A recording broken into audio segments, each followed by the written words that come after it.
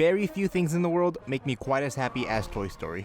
Just the thought of those movies fills me with overwhelming joy and nostalgia. In fact, Toy Story 3 is my favorite movie of all time, and with good reason.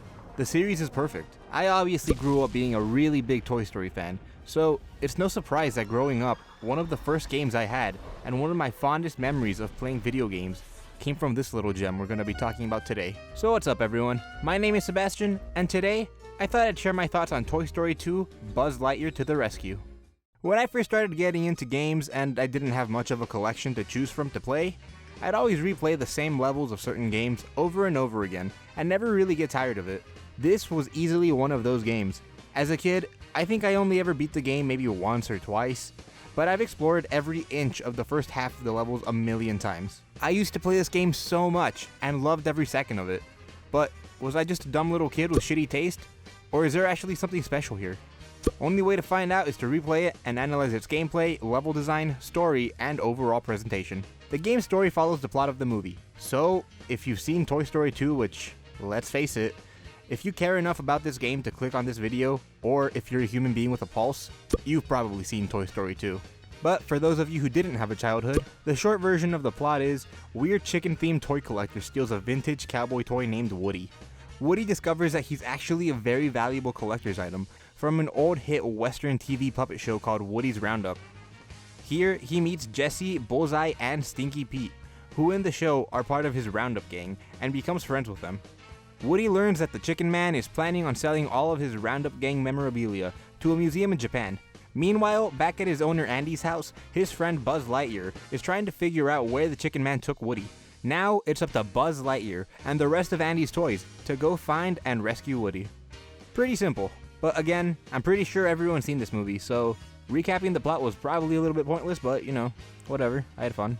The way the game tells the story though, is through really piss poor quality clips of the movie. Stealing Woody! What? Stealing Woody! He can't take Woody! It's illegal! Somebody do something! Buzz! It's all fuzzy and the audio is just unbearable. It's for sure not the best way, or really any way, to watch Toy Story 2. I remember just skipping all these as a kid because I hated the way it sounded, and if the quality of something is so bad a dumb little kid doesn't like it, then you know it's probably pretty bad. The scenes from the movie they choose to play before the level actually doesn't even go with the level itself sometimes. For example, you'll get a scene of Woody meeting the rest of the Roundup gang, and then the level will be about some dirty alley. And this is a licensed game, so I get that some corners needed to be cut somewhere to be able to release when it needed to, plus they had to stay within their budget, so it's understandable that they didn't have time to make full cutscenes for this. So I mean, it's fine, because again, odds are you've seen the movie, and significantly higher quality versions of these clips do exist, so it's not really a deal breaker for the enjoyment of the game itself. Just kinda skip all the cutscenes and then go watch the movie after if you really want the plot. You know, Disney Plus is a thing, so we have the technology to do such a thing really easily. This is a 3D platformer collectathon like many games of this generation. You explore various levels completing 5 different objectives that usually consist of collecting 50 coins for ham, finding 5 missing toys, some kind of race against the clock or another character, sub-bosses, and a platforming puzzle. Completing objectives earns you Pizza Planet tokens, and earning tokens is the way you progress to other levels. You don't need them all you really need is 40 to beat the game. They can be collected in any order in the level, and you can leave the levels without collecting every single one. In fact, some of the tokens you won't even be able to get on your first playthrough of a level, because you need to unlock an upgrade that is found in a much later level in order to reach certain tokens. Upgrades come from Mr. Potato Head. He trades them to you whenever you find one of his missing parts. The upgrades are level-specific pickups, and are things like rockets or hover boots, grappling hooks, and disc launchers. One upgrade that is hidden in most levels, and doesn't require you to collect a part from Mr. Potato Head, is a green laser. Normally, Buzz has a red laser, that you can either rapidly fire by tapping square, or charge it up for a stronger blast by holding down the button. You can even go into first-person mode for more accurate shots. The green laser basically makes every individual shot as strong as a fully charged normal shot, and it rapid fires like crazy when you hold down the button. It's a really good way to cheese a lot of the sub-bosses in the levels, plus I'd say it makes probably the most badass noise ever. Aside from lasers, Buzz's other attacks are a spin attack that could also be charged up, and a ground pound that you'll mainly be using to push buttons, but if you want to use it as an attack, you can. The game consists of 15 levels, loosely based off of locations that the toys travel to in the movie, like Andy's house, Al's toy barn, the elevator, Al's penthouse, and the airport, just to name a few. Each level feels well designed, with varied vertical and horizontal platforming. It's really fun to explore these giant environments as a small toy. There's plenty of cool references to the movie too, like the Woody standee in Al's apartment, or the Alien Crane game. After every 2 normal levels, you get a boss level. The bosses are actually really easy. Most of them consist of just spamming the spin attack or just mashing the fire button. And it's okay if you die to them too, because you collect more than enough lives from the normal levels. And when you respawn, the boss still has the same amount of health it had before you died. For being a PlayStation 1 game, I'd say this game actually has good attention to detail. One of my favorite details about this game, even as a little kid, was seeing Buzz's face reflected on his helmet and hearing his breathing when you go into first person mode, like it does in the movie. I also love that his wings pop out when you do a double jump, making it feel like he's actually using their momentum for an extra little boost. It's small little details in the animation like this that really makes me appreciate how much thought and creativity the developers put into this. The levels themselves also have great attention to detail, really selling the fact that you're a toy walking around in a giant world. You get to use everyday objects like furniture to platform on. It's a lot of fun seeing the world through the eyes of a toy, making the whole experience feel a lot bigger than it actually is. I mean, this is based on a movie that's basically about walking a couple blocks, which is nothing special, but seeing it through the eyes of a toy, suddenly it's this grand adventure, and the game does a pretty good job at conveying some of that.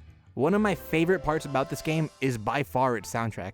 Honestly, the soundtrack to a licensed game has absolutely no right being as good as this one. I mean, just listen to some of these songs.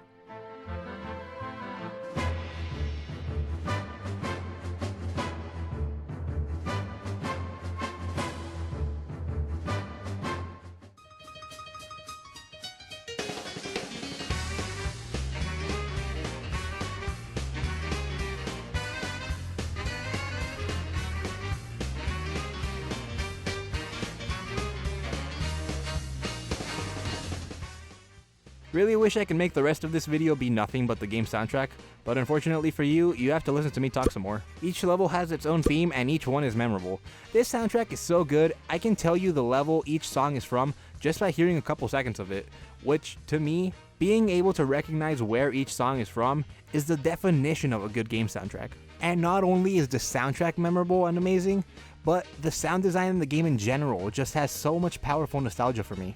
The way the laser fires, especially the insane sound of the green laser, the sound Buzz's wings make when he double jumps, even the sound of Buzz spinning and the weird dizzy sound that happens afterwards.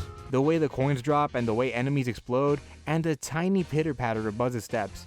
They all have a good impact to them, and they really help sell the idea of this little toy world. The only bad sound I can think of is characters constantly calling for you every time you get anywhere near them.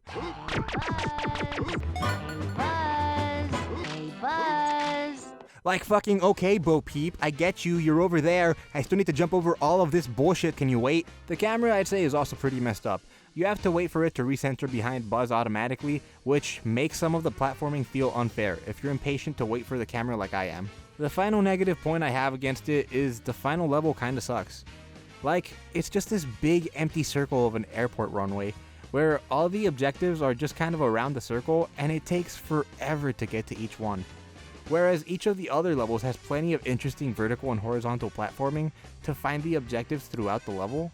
In this one, you basically just climb a flagpole that's at the center to get onto the plane and wait for it to slowly spin around to jump off to whatever the next objective is. Even with these few annoyances, the game is still pretty fun.